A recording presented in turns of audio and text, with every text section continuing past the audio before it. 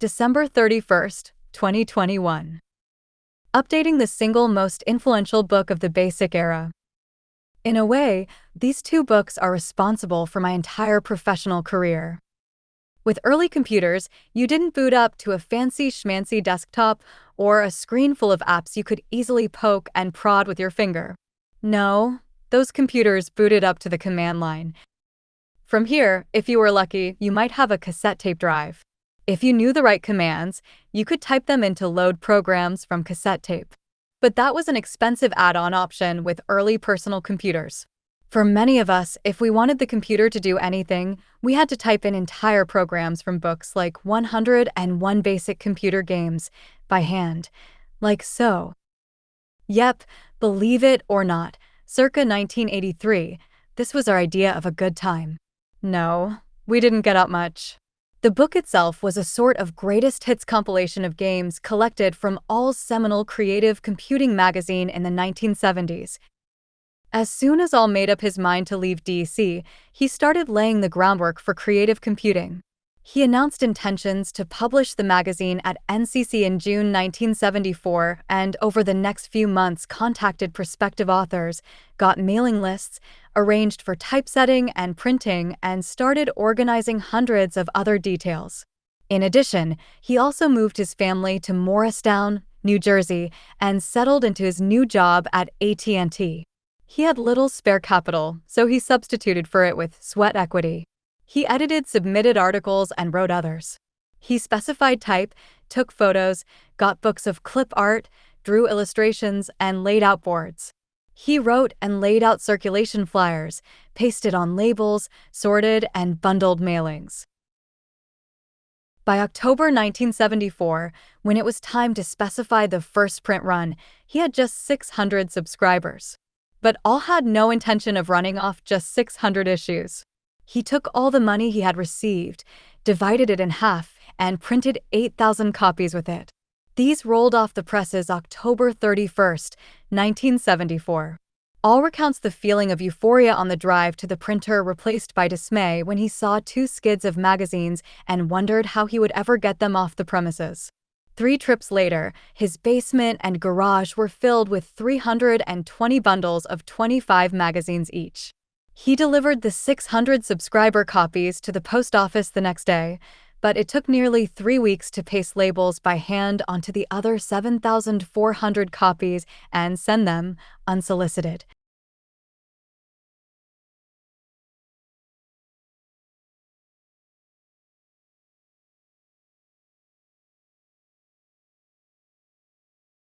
Unsolicited to libraries and school systems throughout the country. I also loved creative computing, but it was a little before my time. 1971, All ports the programs from Focal to Basic.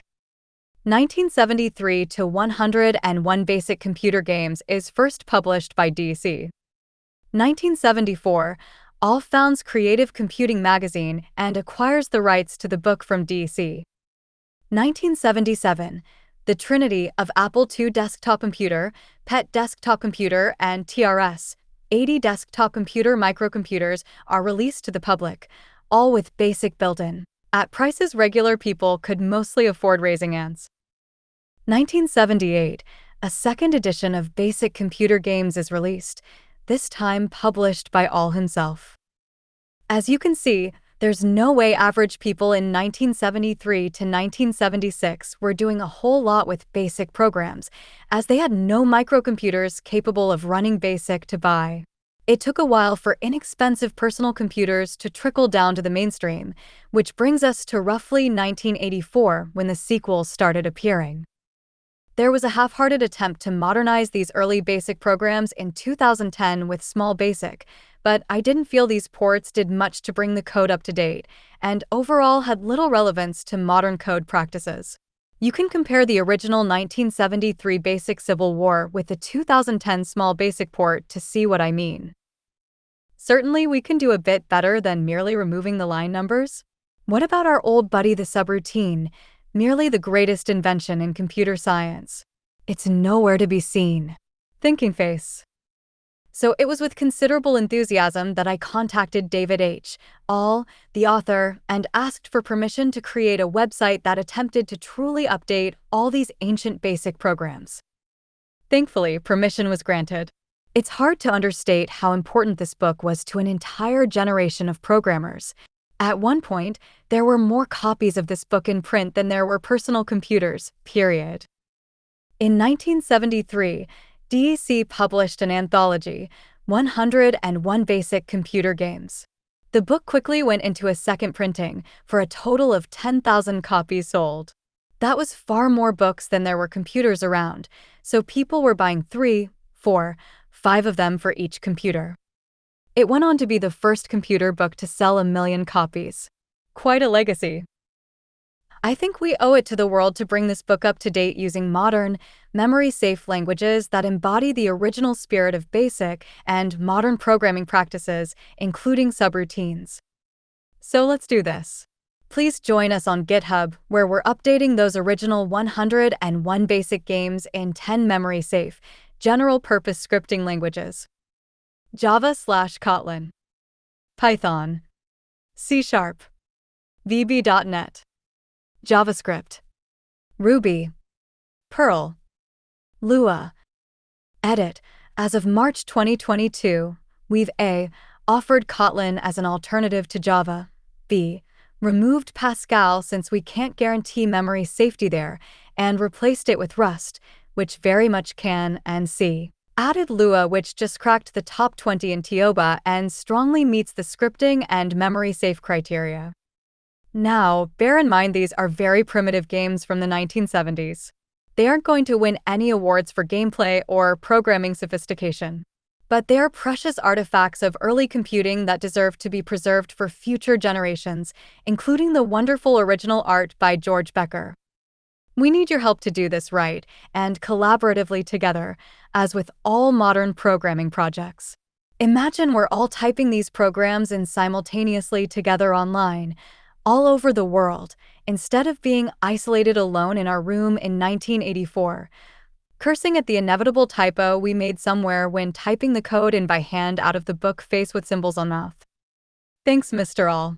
And a big thanks to everyone who contributed to this project when it was in beta, announced only on Twitter. Oscar Toledo, NanoChess. Tim Buchaka, Jernich. Dave Lecomte, Smaster. Nazumi Ronin, Daniel Pyron, Daniel Elperin. Darren Cardenas. Alvaro Frias, Kek. Jamie McCarthy. Roger Bamforth. Peter Gruderman. Piotr Tchaikovsky. Jack Boyce. Epvenhouten. Topher Lamy. KT. Tom Armitage, Infovore. Richard Nienaber. Marvin 826. Aldrin Mesquita, Ollie Kruk. Gustavo, Gus Carino. Nahid Mondal. To encourage new contributions by the end of 2022, for every functioning program submitted in each of the 10 indicated languages, I'll donate $5 to Girls Who Code. Before beginning, please read the guidelines in the README, and if you have questions, scan through this discussion topic. And most of all, remember, this stuff is supposed to be fun. I don't want to be that one guy, so I'm also looking for project co-owners who can help own and organize this effort. If this is a project that really appeals to you, show me what you can do and let's work together as a team. Perhaps as your New Year's resolution, you can see fit to carve off some time to take part in our project to update a classic programming book, one of the most influential books in computing history, for 2022 and beyond.